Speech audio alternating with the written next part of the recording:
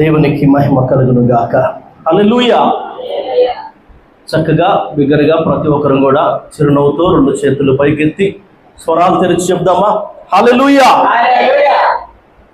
ముందుగా దేవాది దేవునికి కోట్లాది కృతజ్ఞతాస్తుతులు, మహిమ ఘనత ప్రభావాలు చెల్లించుకొంచున్నాను.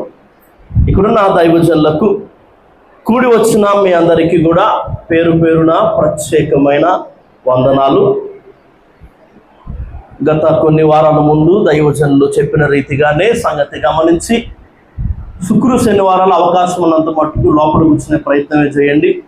పైగా బయట కూడా వర్షం పడుతుంది కాబట్టి ఈ సంగతి గమనించండి. ఈరోజు పరిశుద్ధాత్మ దేవుడు మనల్ని ప్రేమించి మనతో మాట్లాడాలని ఆశపడుతున్న సంగతులను ఆది కాండము 49వ అధ్యాయము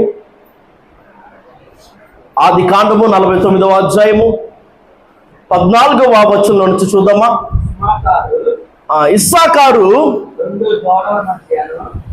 రెండు దొడ్ల మధ్యను పండుకొని ఉన్న బలమైన గార్ధబము. ఇక్కడ మనం చూసినట్లయితే యాకోబు తన అవసాన కాలమందు ఇశ్రాయేలు 12 గోత్రకర్తలను తన కుమారులను పిలిచి ఆశీర్వదిస్తూ పలికిన ఆశీర్వచనములే ఇవి. ఆది కాండము 49వ అధ్యాయము 28వ వచనాన్ని ఒకసారి మనం చూసినట్లయితే ఇవి అన్నియు ఇశ్రాయేలు 12 గోత్రములు వారి తండ్రి వారిని దీవించుచు వారితో చెప్పినది ఇదే, ఎవరి దీవెన చొప్పున వారిని దీవించెను. రూబేను, షిమ్యోను, యూదా, జెబులూను, ఇస్సాకారు, దాను, ఆషేరు, నఫ్తాలి, యోసేపు, బెన్యాముని, ఇలాగా ఒక్కొక్కరిని కూడా పిలిచి వారిని ఆశీర్వదించాడంట. తండ్రి అయిన యాకోబు తన అవసాన కాలమందు ఇశ్రాయేలు గోత్రకర్తలను తన కుమారులను అలాగే వారిని పిలిచి ఆశీర్వదిస్తూ ఇస్సాకారును ఏమని దీవించాడయ్యా అంటే గనక, ఇస్సాకారును ఏమని ఆశీర్వదించాడయ్యా అంటే గనక, ఇస్సాకారు రెండు దొడ్ల మధ్యలో పండుకొని ఉన్న బలమైన గార్ధబము. నువ్వు సింహం లాంటోడివురా అంటే బాగుంది, నువ్వు చిరుతపుల్ లాంటోడివురా అంటే ఇంకా బాగుంది. అయితే నువ్వు ఒక గాడిద వంటి వాడివరా అంటే ఇది ఆశీర్వచనం ఎలా అవుతుంది? నా మాట అర్థమవుతుందా? నువ్వు సింహానివిరా, నువ్వు సింహం లాంటి ధైర్యమైన వాడివిరా అన్న మాట అన్నాను అనుకోండి, ఒక అర్థం ఉంది. నువ్వు చిరుతపులిరా, దానికంటే వేగంగా పరిగెత్తేవాడివిరా, దానికంటే వేగంగా ఆలోచించేవాడివిరా అన్నాడు అనుకోండి, అది కూడా బాగానే ఉంది. నువ్వు ఒక గాడిద వంటి వాడివిరా అంటే ఇది ఎలాంటి ఆశీర్వచనము, అసలు ఇది ఎలాంటి దీవెన? దీన్ని అర్థం చేసుకునే ప్రయత్నాన్ని మనం చేద్దాం. ఈరోజు మన ధ్యానాంశము, ఈరోజు మన వర్తమానం యొక్క టైటిల్ ఏందయ్యా అంటే బలమైన గార్ధబము. ఈరోజు మన టైటిల్ ఏంటి? బలమైన గార్ధబము. ఈ పదాన్ని మనం పట్టుకొని పరిశుద్ధాత్మ దేవుడు మనకు నేర్పించాలని ఆశపడుతున్న ఆ పాఠాన్ని శ్రద్ధగా నేర్చుకునే ప్రయత్నాన్ని మనందరూ కూడా చేద్దాం. బలమైన గార్ధబము అంటే అసలు అర్థం ఏంటి? దాన్ని తెలుసుకునే ప్రయత్నంగా కొన్ని సంగతులు లేఖనాల్లో నుంచి మనము చూద్దాము. నిర్గమకాండము మొదటిదిగా, నిర్గమకాండము 13వ అధ్యాయము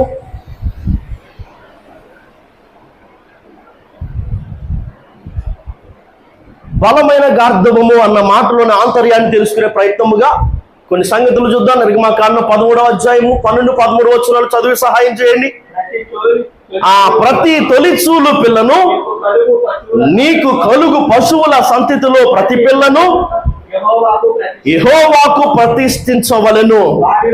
వానిలో మగ సంతానము యెహోవాదగును. ప్రతి గాడిద తొలి పిల్లను వెల ఇచ్చి విడిపించి దానికి మారుగా గొర్రె పిల్లను ప్రతిష్ఠించవలెను. అట్లు దానిని విడిపించని ఎడల దాని మెడను విరుగదీయవలెను. ప్రతి తొలిచూలు యెహోవాకు ప్రతిష్ఠితము. అయితే పశువుల సంతతిలో కూడా ప్రతి తొలిచూలు పిల్ల యెహోవాకు ప్రతిష్ఠించబడాలి. కానీ ఒక గాడిద విషయంలో మాత్రం అలా కాదు. ఎందుకయ్యా అంటే గనక ఆ గాడిద ఆ యెహోవా బలిపీఠమును సమీపించడానికి లేదా దేవునికి ఒక బలి అర్పణగా అర్పించడానికి యోగ్యమైనది కాదు. ఈ గాడిదను ఆయన ఎదుటకు తీసుకురావడానికి వీలు లేదు, లేదా ఆయనకు బలర్పించడానికి అది యోగ్యమైనది కాదు అన్న మాట మనం అర్థం చేసుకోవాలి. అందుకు చేయవలసిన ఒక పని ఏందయ్యా అంటే గనక, ప్రతి గాడిద తొలి పిల్లను వెళ్ళి చేంజ్ చేయాలి, విడిపించాలి. దానికి మారుగా గొర్రె పిల్లను ప్రతిష్ఠించాలి. ఒకవేళ అలా దానిని విడిపించలేకపోతే ఏం చేయాలి? దాని మేడ విరగగొట్టాలి. పరిశుద్ధులైన దేవుడు ఎదుటికి తేపడానికి, ఆయనకు బలిగా అర్పించబడడానికి యోగ్యమైనది కాదు ఈ గాడిద. ఈ గాడిద బలిపీఠాన్ని చేరడానికి వీలు లేదు, అది దేవుడి చేత అంగీకరించబడదు. అయితే దానికి మారుగా గొర్రె పిల్లను ప్రతిష్ఠించాలి. అలాగున ఆ గాడిదని ఏం చేయాలి? విడిపించాలి. ఈ మాటలు మనం అర్థం చేసుకోవడానికి కొలసీలకు రాసిన పత్రిక 2వ అధ్యాయము 17వ వచనంలో ఒక మాట ఉంది. కొలసీలకు రాసిన పత్రిక 2వ అధ్యాయము 17వ వచనంలో, ఇవి రాబోవు వాటి ఛాయయే గాని నిజ స్వరూపము క్రీస్తులో ఉన్నది. పాత నిబంధన కాలములో మనము చూసే ఎన్నో విషయాలు ఛాయగా ఉన్నాయంట. నిజ స్వరూపము క్రీస్తులో ఉన్నది. అన్న వస్త్రముల విషయమైన నియమావళి గాని, విశ్రాంతి దినము గాని, పండుగలు గాని, మోసే ధర్మశాస్త్రము గాని, ప్రత్యక్ష గుడారము గాని, బలులు గాని, సున్నతి గాని, పాత నిబంధన గ్రంథంలో మనకు కనిపించే ఎన్నో విషయాలు ఛాయగా ఉన్నాయంట. నిజ స్వరూపం ఎక్కడుంది? క్రీస్తులో ఉన్నది. హెబ్రీయులకు రాసిన పత్రిక 10వ అధ్యాయం 1వ వచనం ప్రకారముగా, ధర్మశాస్త్రము రాబోచున్న మేలుల ఛాయ గలదియే గాని ఆ వస్తువుల నిజ స్వరూపము గలది కాదు అన్న మాట ఉంది.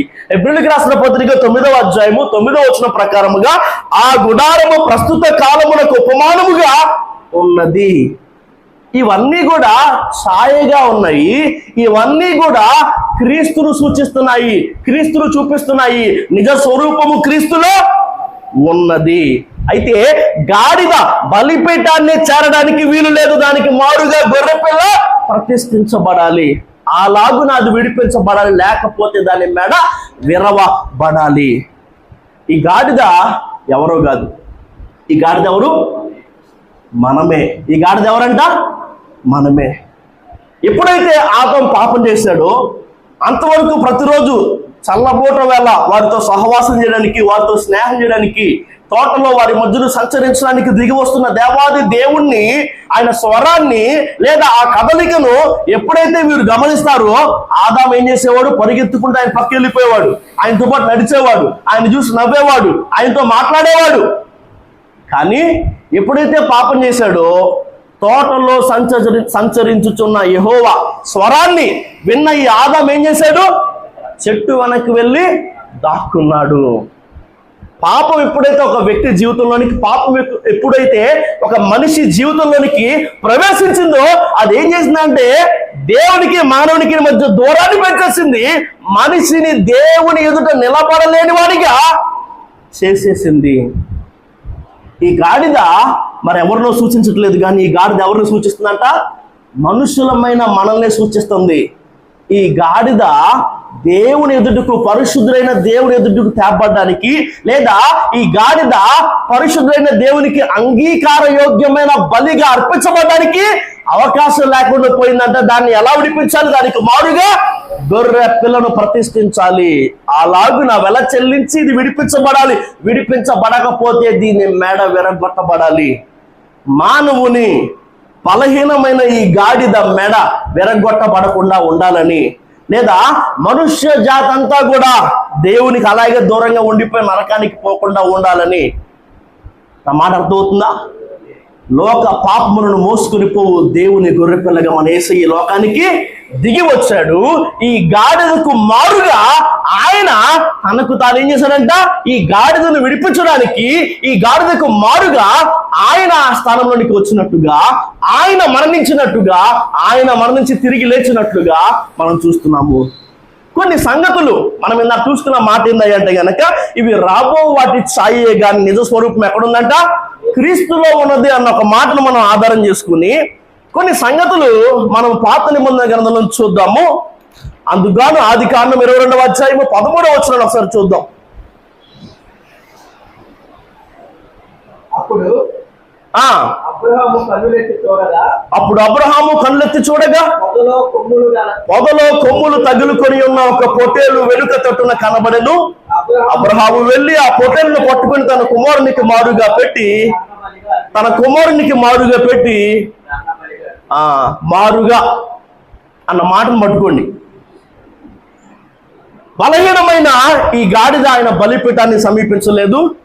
ఆయన చేత అంగీకరించబడదు కాబట్టి దానికి మారుగా గొర్రె పిల్ల రావాలి. దానికి మారుగా బలహీనమైన గాడిదను పోలిన పాపం చేత కొట్టబడి పడి ఉన్న దేవుడి ఎదుటకు రాలేక భయపడుతున్న పిరికితనముతో పాప భయముతో ఉన్న ఈ మానవుణ్ణి విడిపించడానికి ఆ ప్రభువైన యేసుక్రీస్తు వారు లోక పాపమును మోసుకుని పోవు దేవుని గొర్రె పిల్లగా ఒక సబ్స్టిట్యూట్గా మనకు మారుగా ఆయన ఆ స్థానంలోనికి వచ్చినట్టుగా మనం చూస్తున్నాము. అందుగా నువ్వు దీన్ని అర్థం చేసుకునే ప్రయత్నంగా పాత నిబంధన గ్రంథంలో చెప్పబడిన ఒక సంగతి మనం చూస్తుంది ఏంటంటే, దేవుడైన యెహోవా అబ్రహామును పరిశోధించును. అబ్రహాము నిండు వృద్ధాప్యమందు రమారమ్మి 100 ఏళ్ల ప్రాయంలో శారా గర్భం ఉడికిపోయిన తరువాత, శారా వయస్సు గతించిన తరువాత దేవుడు వారిని ప్రేమించి వారికి ఇచ్చిన కుమారుడైన ఇస్సాకును బలిగా ఇవ్వమని కోరాడు. అబ్రహాము అసలు ఏమీ ఆలోచించకుండా అబ్రహాము చేసిన పని ఏందయ్యా అంటే, అబ్రహాము ఇస్సాకును తన పని వారిలో ఇద్దరిని వెంట పెట్టుకొని తెల్లవారున లేచి గాడిదకు గంత కట్టి దహన బలి కొరకు కట్టెలను చీల్చి దేవుడు చెప్పిన ఆ చోటుకి వెళ్ళాడు. అక్కడ పనివారిని మీరు ఇక్కడే ఉండండి, మేము వెళ్ళి దేవునికి మొక్కి మళ్ళా వస్తామని చెప్పి ఏం చేశాడంటే, దహన బలికి తీసుకున్న కట్టెలు ఇస్సాకు మీద పెట్టాడు. తన చేత్తో నిప్పును కత్తిని పట్టుకొని పైకి బయలుదేరాడు. దారిలో ఇస్సాకు అడుగుతున్నాడు, తండ్రి కట్టె ఉంది, కట్టెలు ఉన్నాయి, నిప్పు కూడా ఉంది, మరి దహన బలికి గొర్రె పిల్లేదని అడిగాడు. యెహోవాయే చూచుకొనును అన్న మాట చెప్పి ఏం చేశాడంటే, అబ్రహాము దేవుడు చెప్పిన చోటుకు ఇస్సాకును తీసుకుని వెళ్ళినట్టుగా మనం చూస్తున్నాము. అక్కడ బలిపీఠాన్ని కట్టాడు, కట్టెల్ని పేర్చి ఇస్సాకును బంధించాడు. ఆ కట్టెల మీద ఇస్సాకును పడుకోబెట్టాడు. ఇస్సాకును బంధించి కట్టెల మీద పడుకోబెట్టి అతన్ని వధించడానికి కత్తి పట్టుకుని తన చేతిని పైకెత్తగానే అబ్రహామా ఆ చిన్నవాణ్ణి ఏం చేయొద్దు, ఆ చిన్నవాణి మీద చెయ్యి వేయొద్దు, నీకు లేక పుట్టిన నీకు ఒక్కడైన ఈ కుమారుని నాకు ఈయన విడదీయలేదు కనుక నువ్వు దేవునికి భయపడువాడు అని నాకు ఇందువలన తెలుస్తుంది అన్న సంగతి చెప్పగానే అబ్రహాము ఇందాక మనం చదివిన మాటలు ఏం చేశాడంట, కనులెత్తి చూశాడంట. కళ్ళెత్తి చూడంగానే అబ్రహాంకి ఏం కనిపించిందంట, పొదలో కొమ్ములు తగులుకొని ఒక పొట్టేలు కనిపించిందంట. బంధించిన ఇస్సాకును బలిపీఠం మీద నుంచి కిందకు దించాడు, కట్లు విప్పేశాడు. ఇస్సాకుకు మారుగా పొదలో కొమ్ములు తగులుకొని పొట్టేలు తీసుకొచ్చి బలిపీఠం మీద ఉంచాడు, వధించాడు, దహన బలిగా దేవునికి అర్పించాడు. విశ్వాసులకు తండ్రి అయిన అబ్రహాము మనందరికీ కూడా తండ్రిగా ఉన్నాడు. ఇస్సాకు స్థానములో నువ్వు నేను మనందరం కూడా ఉండవలసిన వారము. అయితే ఇస్సాకుకు మారుగా ఆ బలిపీఠం మీదకు పొట్టేళ్లు వచ్చి చేరిందంట. బలహీనమైన గాడిదకు మారుగా కూడా గొర్రెపిల్ల ప్రతిష్ఠించబడాలంట. అలాగే మనం అర్థం చేసుకోవాల్సిన ఒక సంగతి విషయం ఏంటంటే గనక, బలి అవ్వవలసిన మనకు బదులుగా మన పాప భారాన్ని తాను మోస్తూ, ఏ పాపం ఎరుగని, ఏ పాపము చేయని, ఏ పాపము లేని ఆయన మన కోసం పాపముగా మార్చబడ్డాడు. మనకు మారుగా, మనకు బదులుగా ఆయన ఏం చేశాడంట, ఆ శిక్షను అనుభవించాడన్న సంగతి మొదట మీకు అర్థం కావాలి. బలమైన గార్ధవం అంటే అసలు ఏంటి అని అర్థం చేసుకునే ప్రయత్నంగా మనం కొన్ని సంగతులు చూస్తున్నాము. ఈ బలహీనమైన గార్ధవము దేవుడు ఎదుటకు తేపడ్డానికి యోగ్యమైనది కాదు, ఆయన చేత అంగీకరించబడదు, అది బలిపీఠాన్ని ఎక్కడానికి వీలు లేదు. దాన్ని విడిపించాలి, దానికి వెల చెల్లించాలి, దానికి మారుగా గొర్రె పిల్లను ప్రతిష్ఠించాలి. ఈ సంగతిని ఇంకా అర్థం చేసుకోవడం కోసం పాత నిబంధన గ్రంథంలో కొన్ని సంగతులు మనం చూసుకుంటూ వస్తున్నాము. లేవియాకాండం 14వ అధ్యాయము 5, 6, 7 వచనాల్లో కూడా ఛాయగా మనకు కనిపిస్తున్న కొన్ని సంగతులను చూస్తూ, లేవియాకాండం 14వ అధ్యాయము 5, 6, 7 వచనాల్లో, అప్పుడు యాజకుడు పారు నీటిపైని మంటి పాత్రలో ఆ పక్షులలో ఒక దానిని చంపనాజ్ఞాపించి సజీవమైన పక్షిని, ఆ దేవదారు కర్రను, రక్తవర్ణము గల నూలును, హిసోపును తీసుకొని పారు నీటి పైన చంపిన పక్షి రక్తములో వాటిని సజీవమైన పక్షిని ముంచి కుష్టు విషయంలో పవిత్రత పొందగోరు వాని మీద 7 మార్లు ప్రోక్షించి వాడు పవిత్రుని నిర్ణయించి సజీవమైన పక్షి ఎగిరిపోవునట్లు దాన్ని ఏం చేయాలి? వదిలివేయవలను. కుష్ఠరోగి మరలా పవిత్రులని నిర్ధారించే అప్పుడు అనుసరించవలసిన విధిలో మనకి 2 పక్షులు కనిపిస్తున్నాయంట. ఆ 2 పక్షులు మంటి పాత్రలో ఒకదాన్ని ఏం చేయాలంట? చంపి, రెండవ దాన్ని మొదటి దాన్ని చంపినప్పుడు కారిన లేదా వచ్చిన ఆ మొదటి దాని రక్తంలో ఏం చేయాలి? ముంచాలి. 2 పక్షులు కనిపిస్తున్నాయి. మంటి పాత్ర కనిపిస్తుంది. ఈ మంటి పాత్రలో మొదటి దాన్ని చంపాలి, ఆ మొదటి దాని రక్తంలో రెండవ దాన్ని ముంచాలి, తర్వాత దాన్ని ఏం చేయాలంట? వదిలేయాలి, ఎగరవేయాలి. ఈ మాటను కూడా మనం ఎలా అర్థం చేసుకోవచ్చు అంటే గనక, మంటి పాత్ర మానవ దేహాన్ని సూచిస్తుంది. మంటి దేహమే కదా మంది.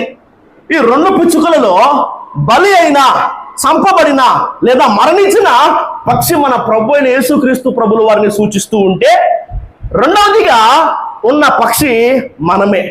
మనం ఏం చేయబడ్డామంటే గనక ఆయన రక్తములో కడగబడి ఏం చేయబడ్డామంట? ఎగురుతున్నాము, స్వేచ్ఛను అనుభవిస్తున్నాము. నా మాటలు మీకు అర్థమవుతున్నాయా? నా మాట అర్థమవుతుందా? పాత నిబంధన గ్రంథములో మనకు మారుగా యేసుక్రీస్తు ప్రభుల వారు ఎక్కడెక్కడ లేదంటే చెప్పబడిన ఈ సంగతుల్లో ఛాయగా కనిపిస్తున్న ఆ సందర్భాల్లో మన యేసయ్యను మనం ఎక్కడెక్కడ చూడొచ్చు అని అర్థం చేసుకునే ప్రయత్నంగా ఇస్సాకు విషయంలో చూసాం. ఇక్కడ లేవియా కాండములో కుష్ఠరోగును పవిత్రుడిగా నిర్ధారించిన సంగతిలో చూస్తున్నాము. ఇంకో సందర్భం ఆదికాండం 3వ అధ్యాయం 21వ వచనంలో కూడా మనకు మారుగా మన ప్రభు అయిన యేసయ్య చేసిన కార్యాలు లేదా కనిపించే సందర్భాలను గురించి తెలుసుకునే ప్రయత్నంగా చూస్తూ, దేవుడైన యెహోవా ఆదామునకును అతని భార్యకును చర్మపు చొక్కాయలను చేయించి వారికి తొడిగించను. పాపం చేశారు. పాపం చేత వారు పాపం చేయడాన్ని బట్టి వారు దిగంబరులని గ్రహించి సిగ్గుతో వారు సిగ్గు కప్పుకోవడానికి రకరకాల ప్రయత్నాలు చేస్తున్నారు, ప్రయాసపడుతున్నారు. అయితే దేవుడైన యెహోవా వారికి చర్మపు చొక్కాయలను చేయించి తొడిగించాడు, వారి సిగ్గును కప్పాడు. అయితే ఈ చర్మం ఎక్కడి నుంచి వచ్చింది? ఈ చర్మం ఏదో ఒక జంతువు మరణించడాన్ని బట్టి వచ్చింది. నా మాట అర్థమవుతుందా? దేవుడైన యెహోవా ఆదాము అవలకు చర్మపు చొక్కాయలను చేయించారు, తొడిగించారు. ఈ చర్మం ఎక్కడి నుంచి వచ్చిందో? ఒక జంతువు నుంచేనా? ఆ చర్మం ఆ జంతువు నుంచి రావాలంటే ఆ జంతువు మరణించాలా? సో ఒక జంతువు మరణించింది, ఒక జంతువు బలి అయింది, ఆదాము అవల సిగ్గు కప్పబడింది. మన ప్రభు అయిన యేసయ్య లోక పాపమును మోసుకొని పోవు దేవుని గొర్రెపిల్లగా ఈ లోకానికి వచ్చి ఆయన మరణించాడు, మన సిగ్గును కప్పాడు, మనకి మహిమ వస్త్రాన్ని ఇచ్చాడు. బలహీనమైన గార్ధబము దేవుని ఎదుటికి తేపడ్డానికి లేదా ఆయనకి బలిగా అర్పించబడ్డానికి యోగ్యమైనది కాదు కాబట్టి దానికి వెల చెల్లించి దాన్ని విడిపించాలి, దానికి మారుగా గొర్రె పిల్లను ప్రతిష్ఠించాలి. దీని అంతటికీ అర్థం ఏందయ్యా అంటే గనక, నిజ స్వరూపము క్రీస్తులో ఉందంటే దీన్ని మనం ఎలా అర్థం చేసుకోవాలంటే గనక, ఆ బలహీనమైన గాడిద ఎవరు? పాపం చేసిన మానవుడైతే గనక, పాపం చేసిన మానవుడు దేవుని ఎదుటికి రావడానికి, దేవుని ఎదుటి నిలబడడానికి, దేవునికి అంగీకార యోగ్యమైన ఒక అర్పణగా ఉండడానికి వీలు లేదు. కాబట్టి అతడు విడిపించబడాలంటే వెల చెల్లించాలి, అతనికి మారుగా గొర్రెపిల్ల ప్రతిష్ఠించబడాలి. అదే మన ప్రభువైన యేసయ్య. ఎంతవరకు అర్థమైంది? అంతేనా? అయితే అసలు ఈ గాడిదను విడిపించింది దేనికి?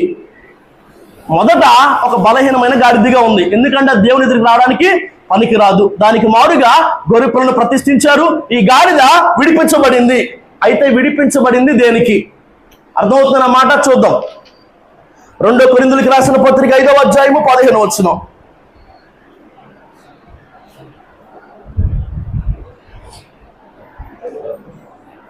2 కొరింథీయులు 5:15.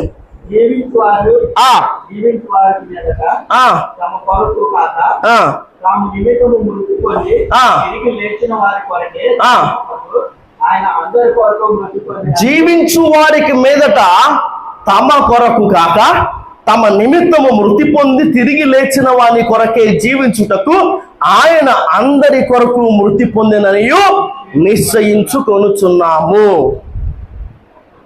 విడిపించబడిన ఈ గాడిద చేయాల్సిన పనేంటి? ఆహా, స్వేచ్ఛ దొరికింది కాబట్టి, ఆహా, ఇక విడుదల దొరికింది కాబట్టి నేను నాకు ఇష్టం వచ్చినట్టుగా బ్రతికేస్తాను, నేను నాకు నచ్చింది చేసుకుంటూ వెళ్తాను. ఈ స్వేచ్ఛను, ఈ స్వాతంత్రమును పాపం చేయడానికి నేను వాడతాను అని అనుకోవచ్చా? అక్కడ రాయబడిన మాట ఏంది? జీవించు వారికి మీదట తమ కొరకు కాదంట, తమ నిమిత్తము మృతి పొంది తిరిగి లేచిన వారి కొరకే జీవించాలి అన్న మాట ఉంది. ఒకసారి మత్తయి సువార్త 21వ అధ్యాయం 2వ వచనంలో, మత్తయి సువార్త 21వ అధ్యాయం 2వ వచనంలో మనకు కనిపించే మాటలు చూద్దామా? మీ ఎదుట ఉన్న మీ ఎదుటనున్న గ్రామమునకు వెలుడి, వెళ్ళగానే కట్టబడి ఉన్న ఒక గాడిదయు దానితో ఉన్న ఒక గాడిద పిల్లయు మీకు కనబడును, వాటిని విప్పి ఏం చేయాలి? నా యొద్దకు తోలుకుని రండి. బేతనియ ప్రాంతములో కట్టబడిన ఒక గాడిదను గురించిన ప్రస్తావనను మనం ఇక్కడ మత్తయి సువార్త 21వ వచనంలో చూస్తున్నాము. దేవాది దేవుడు మన ప్రభు నేసే మాట్లాడుతున్న మాట ఏంటంటే, మీ ఎదురున్న గ్రామానికి వెళ్ళండి, అక్కడ మీకు కట్టబడిన ఒక గాడిద కనిపిస్తుంది, మీరు ఏం చేయాలంటే దాని కట్లు విప్పి నా యొద్దకు తీసుకొని రావాలి. ఎవరైనా మిమ్మల్ని ఆటంకపరిస్తే, ఎవరైనా దేని కట్లు విప్పుతున్నారు అడిగితే ఇది ప్రభువుకు కావలసినదన్న మాట మీరు చెప్పాలి. ఒక గాడిదను దాని యజమాని కట్టేసుకున్నాడంట. ఎందుకయ్యా అంటే అతడు ఉద్దేశించిన అదే చోటులో అది ఉండిపోవాలని. అయితే దీన్ని ఆధ్యాత్మిక కోణంలో మనం ఎన్నోసార్లు ధ్యానం చేశాము. బేతనియ అన్న ఈ గ్రామాలకు, అన్న ఈ ప్రాంతాలకు అర్థమైందయ్యా అంటే శ్రమల నిలయము, పండని అంజురపు పండ్లు అంటే ఫలింపు లేని, ఆశీర్వాదాలు అనుభవించలేని, శ్రమలకు నిలయంగా ఉన్న ఒక చోట ఒక గాడిద కట్టబడింది. దాన్ని కట్టేసింది అపవాది. పాపం అనే తాడుతో దాన్ని కట్టేశాడు. యేసుక్రీస్తు ప్రభువుల వారు దాన్ని విడిపించడానికి శిష్యులను పంపించారు. అయితే దాని కట్లు విప్పబడేటప్పుడు అపవాది ఖచ్చితంగా వస్తాడు. ఎందుకని ఈ బలహీనత నుంచి, ఎందుకని ఈ వ్యసనం నుంచి, ఎందుకని ఈ పాపం నుంచి, ఎందుకని ఈ చోటు నుంచి ఈ వ్యక్తిని మీరు విప్పుకొని వెళ్తున్నారంటే దానికి వినబడాల్సిన, వాడికి వినిపించాల్సిన ఒకే ఒక్క సమాధానం, ఇది ప్రభువుకు కావలసి ఉన్నది అన్న మాట వినబడితే తప్ప వాడు ఏం చేయడంట? పోనివ్వడు. నాకు ఇంక ఇష్టం లేదు, నేను ఇంక చేయాలనుకోవట్లేదు, ఈ రోజు నుంచి నేను ఇక్కడ ఉండను అని గాడిద చెప్తే ఇది ప్రభువుకు కావలసి ఉన్నదన్న మాట చెప్పాలంట. శిష్యులు అలాగే చెప్పారు. చెప్పిన తర్వాత వారు మాట్లాడుకునే యజమాని దాన్ని వదిలేశాడు. శిష్యులు ఆ గాడిదను కట్లు విప్పి యేసుక్రీస్తు ప్రభువుల వారి దగ్గరికి తీసుకెళ్లారు. ఆ తర్వాత జరిగింది ఏంటయ్యా అంటే ఈ గాడిద ఆయన్ని మోసింది. అన్నమాట అర్థమవుతుందా? జీవించు వారికి మీదట తమ కొరకు కాక తమ నిమిత్తము మృతి పొంది తిరిగి లేచిన వారి కొరకే జీవించాలి. కట్లు విప్పబడిన గాడిద ఏం చేయాలంట? ఇక మీదట దేవుని కొరకే జీవించాలి. దాని ఇంకో అర్థంగా ఆయన్ని మోస్తూ బ్రతకాలి. బలమైన గార్ధబము అన్న ఈ వర్తమానంలో ఇప్పుడు మనం చూస్తున్న ఒక సంగతి ఏందయ్యా అంటే ఆయన నిన్ను విడిపించింది నువ్వు ఆయన్ని మోయడానికే. ఏందంట? ఆయనని విడిపించింది దేనికి? నువ్వు ఆయన్ని మోయడానికే. ఒకసారి ఈ సంగతిని మనం చూద్దాం. సిరియా దేశపు సైన్యాధిపతి అయిన నయమాన్ ఇంట్లో ఇశ్రాయేలు దేశపు చెలురుందంట. ఆమె దేశం ఇశ్రాయేలు, అంతేనా? ఆమె ఉండే దేశం ఎక్కడో. ఆమెను చెరగొనిపోయి నయమాను సిరియా దేశానికి తీసుకొని వచ్చాడు. అయితే ఆ మొత్తగా నా దేశానికి రాలా. ఆమె తన దేవుణ్ణి మోస్తూ ఆ దేశానికి వెళ్ళిందంట. నా మాట అర్థమవుతుందా? చెరగొనిపోయారు, కానీ వెళ్తా వెళ్తా ఖాళీగా చేతులు ఊపుకుంటే వెళ్ళలేదు, కానీ వెళ్తా వెళ్తా తన దేవుని తనతో పాటుగా మోసుకొని వెళ్ళిందంట. నయమాను కుష్ఠరోగంతో బాధపడుతున్నాడు, నయమాను కుష్ఠరోగంతో ఇబ్బంది పడుతున్నాడు. అయితే అప్పుడు చిన్న తెలియజేసిన సంగతి ఏంటంటే అంటే నా యజమానుడు నా దేశంలో ఉన్న ప్రవక్త ఎదుట నిలబడితే, నా దేశంలో ఉన్న ప్రవక్తను కలుసుకుంటే అతడు ఖచ్చితంగా బాగవుతాడు అన్న ఒక మాటను చెప్పిందంట. దీన్ని సీరియస్ గా తీసుకొని రాజు దగ్గరికి వెళ్ళాడు నయమాను. తాకిదులు తీసుకున్నాడు. ఇశ్రాయేల్ దేశపు రాజు దగ్గరికి వచ్చాడు. ఇశ్రాయేల్ దేశపు రాజు, నేనేమైనా దేవుడిని ఒకటి రోగాన్ని తగ్గించడానికి కానీ, ఒకరిని బాగు చేయడానికి కానీ, ఒకరిని బ్రతికించడానికి కానీ, ఒకరిని చంపడానికి కానీ బాధపడుతున్నప్పుడు అప్పుడు ప్రవక్త అయిన ఎలీషా, ఇశ్రాయేలులో ఒక ప్రవక్త ఉన్నాడన్న సంగతి అతనికి తెలియబడినట్లుగా నువ్వేం చేయాలి, అతను నా దగ్గరికి పంపించని చెప్పగానే ఆ రాజు సిరియా దేశపు సైన్యాధిపతి నయమాన్ని ప్రవక్త దగ్గరికి పంపించాడు. ప్రవక్త ఏం చేశాడంట, నువ్వు వెళ్ళి యోర్దానులో 7 సార్లు మునిగి లేవని చెప్పాడంట. మొదట్లో కాదని చెప్పిన తర్వాత వెళ్ళాడు, మునిగి లేచాడు. పసిపిల్లవాడి దేహం వల్ల అంతా మారిపోయిందంట. ఆ తర్వాత అదే దైవజనుని వెతుక్కుంటూ ఇంటికి వచ్చిన నయమాను మాట్లాడిన మాట 2వ రాజుల గ్రంథం 5వ అధ్యాయం 15వ వచనం. 2వ రాజుల గ్రంథం 5వ అధ్యాయము అప్పుడు అతడు 15వ వచనం. తన పరివారంతో కూడా అప్పుడు అతను తన పరివారంతో కూడా దైవజనుడి దగ్గరకు తిరిగి వచ్చి అతని ముందర నిలిచి చిత్తగించుము. ఇశ్రాయేలులో ఉన్న ఈ మాట చూడండి, ఇశ్రాయేలులోనున్న దేవుడు తప్ప లోకమంతటి యందును మరి యొక్క దేవుడు లేడని నేను ఎరుగుదును అన్న మాట ఎవరు మాట్లాడుతున్నారు? సిరియా దేశానికి సైన్యాధిపతి అయిన నయమాను మాట్లాడుతున్నాడు. ఆ మాట నయమాను విన్న అతనితో పాటు వచ్చిన సేవకులు, సైనికులు అందరూ విన్నారు. తిరిగి అతను తన దేశానికి వెళ్ళిపోతాడు. వెళ్ళిపోగానే నయమాను ఇన్ని రోజులు నీ కుష్ఠరోగంతో బాధపడ్డావు కదా, ఎలా తగ్గిపోయిందని రాజు అడుగుతాడు. రాజుగారి భార్య కూడా ఆ మాటలు వినిద్ది. అప్పుడు ఏం చెబుతాడంట, ఇక్కడ రాయబడిన మాట ఏంది? ఇశ్రాయేలులో ఉన్న దేవుడు తప్ప లోకమంతటి యందును మరి యొక్క దేవుడు లేడు అని నేను, ఆయనే జీవము కలిగిన దేవుడు, ఆయన నిజమైన దేవుడు, ఆయనను బాగు చేశాడన్న మాట ఈ వ్యక్తి వెళ్ళి తన దేశంలో ఉన్న వాళ్ళందరికీ చెప్తాడు. వాళ్ళందరూ ఏం చేస్తారంట, నిజమైన దేవుణ్ణి. ఈ చిన్నది ఆ దేశానికి ఖాళీకి వెళ్ళిందా? చిన్నది దేవుణ్ణి మోసుకొని వెళ్ళింది. అంత మాత్రమే కాదు, చెరగొనిపోబడిన వారిలో మరికొందరు మనకు కనిపిస్తున్నారు. వారిలో ఒకడు దానియేలు. ఈ దానియేలు అంతకంతకు పై స్థాయికి వెళ్ళడాన్ని ఓర్చుకోలేని ఆ దేశంలో ఉన్న అతనితో పాటు ఉద్యోగస్తులు, అతనితో పాటు పనిచేస్తున్న వారు ఒక కుట్ర పన్ని రాజు చేత ఒక శాసనాన్ని చేయించారంట. ఎవడో ప్రార్థన చేయడానికి వీలేదని చెప్పారు. అయినా కానీ దానియేలు దాన్ని కేర్ చేయకుండా ప్రతిరోజు తన అలవాటు చొప్పున కిటికీలు తెరిచి మేడగది మీద ఎలుగెత్తి ప్రార్థన చేస్తూనే ఉన్నాడు. ఆ సంగతిని చూసిన వారు సంకలు కొట్టుకుంటూ రాజు దగ్గరకు వచ్చారు. రాజా, నువ్వు చేసిన శాసనం ఇది. వాడు ఏమాత్రం కూడా దాన్ని ఖాతరు చేయలేదు కాబట్టి తెచ్చి లాక్కొని సింహాల బోన్లో వేయాలని చెప్పారు. సింహాల బోన్లో వేశారు. అయితే ఆ రాత్రంతా సింహాల బోన్లో దానియేలు ఉన్నప్పటికీ సింహాలు దానియేలుకి ఎలాంటి హాని చేయలేకపోయాయి. అప్పుడు రాజు మాట్లాడుతున్న ఒక మాట ఏందయ్యా అంటే గనక చూద్దామా, దానియేలు గ్రంథము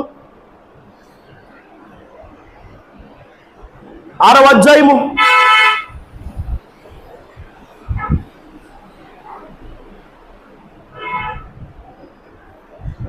25 నుంచి 27 చూద్దామా.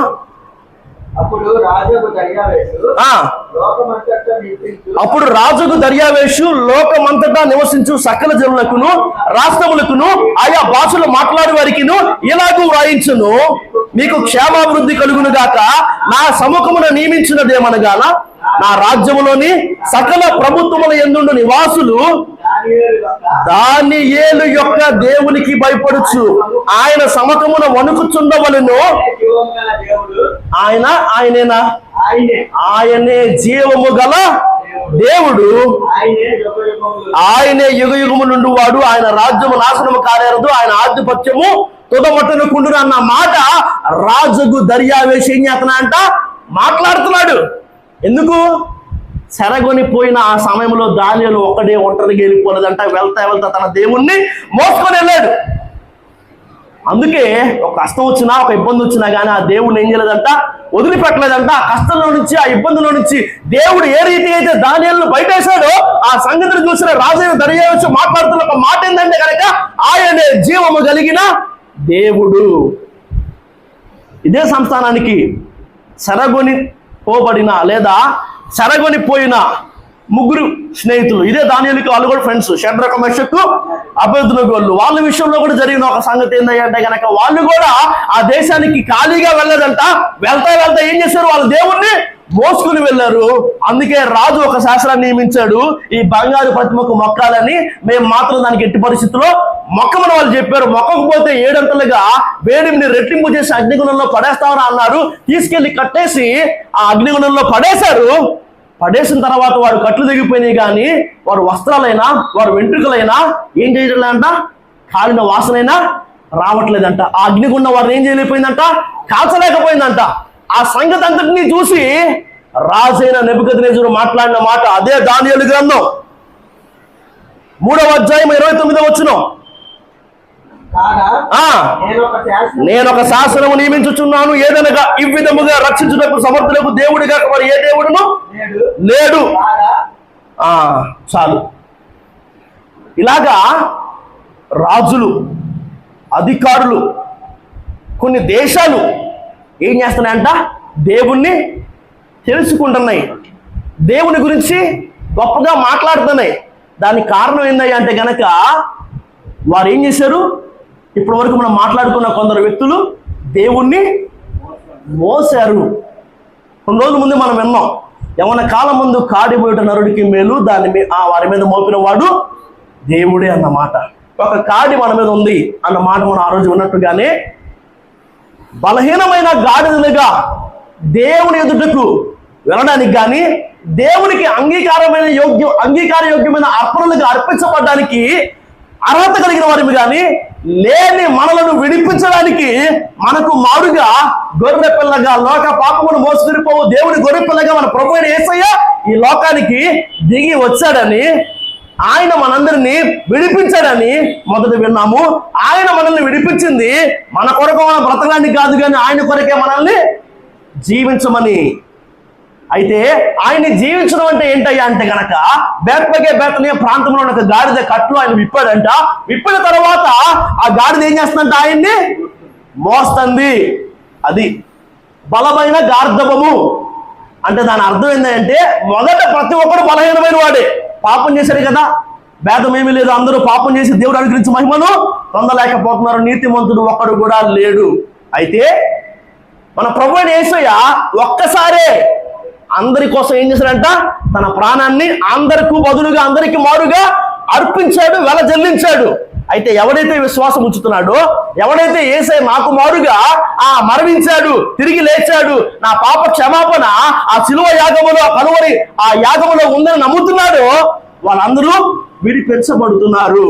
విడిపించబడిన ప్రతి ఒక్కడు కూడా తనకు నచ్చినట్టుగా తిరగడానికి కాదు, కానీ ఆ దేనికి విడిపించబడ్డాడు అంటే గనక యేసయ్యను మోయడానికి విడిపించబడ్డాడు. దీన్ని త్వరగా అర్థం చేసుకునే ప్రయత్నంగా ఏందయ్యా అంటే గనక, ఆయన్ని మోయడం అంటే ఏంటయ్యా అంటే పలు రకాలైన భారాలు ఆ వ్యక్తి బాధ్యతలు మోయవలసిన వాడిగా ఉన్నాడు. మొదటిది సువార్త భారము, ఆత్మల భారము. నా మాట మీకు అర్థమవుతుందా?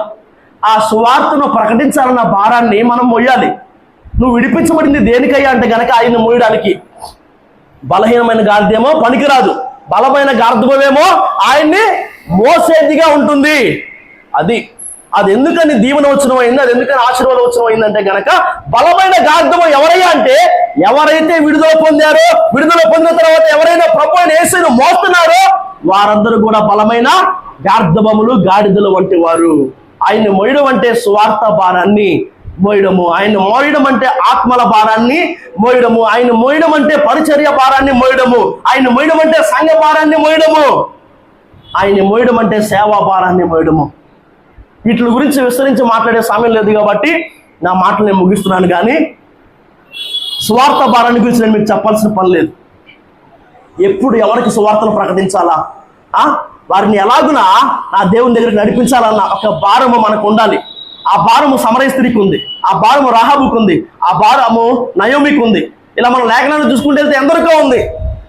ఆత్మల భారము, కొన్ని ఆత్మలైన దాని కోసం మనము సంపాదించాలి.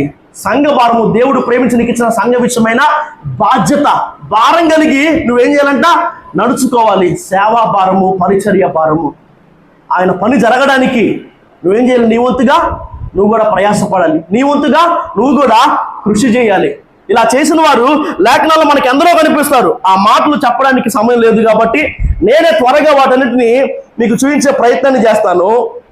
సేవాభారాన్ని కలిగిన వారు ఎందరో ఉన్నారు, సేవకునికి లేదా సేవకుడు మోస్తున్న భారానికి సేదోడు వాదోడుగా నిలబడిన వారు కూడా లేఖనాల్లో మనకి ఎందరో కనిపిస్తుంటారు. ఉదాహరణకి సారెపతు విధవరాలైన ఆ సునేమిరాలు గండ్రాలుగా పిలువబడిన సునేమిరాల స్త్రీ అయినా, దావీదును కష్టకాలంలో పోషించిన అతనికి మానక ఆహారాన్ని పంపిన బర్జిల్లే అయినా, ఇలా మనం చూసుకుంటూ వెళితే తిమోతి అయినా, తీతుకైనా, శీల అయినా, బర్ణమైనా, అకుల ప్రిస్కిలైనా, ఎపఫ్రా అయినా, ఒనేసిమైనా, ఎందరైనా కానీ నా మాట అర్థమవుతుందా?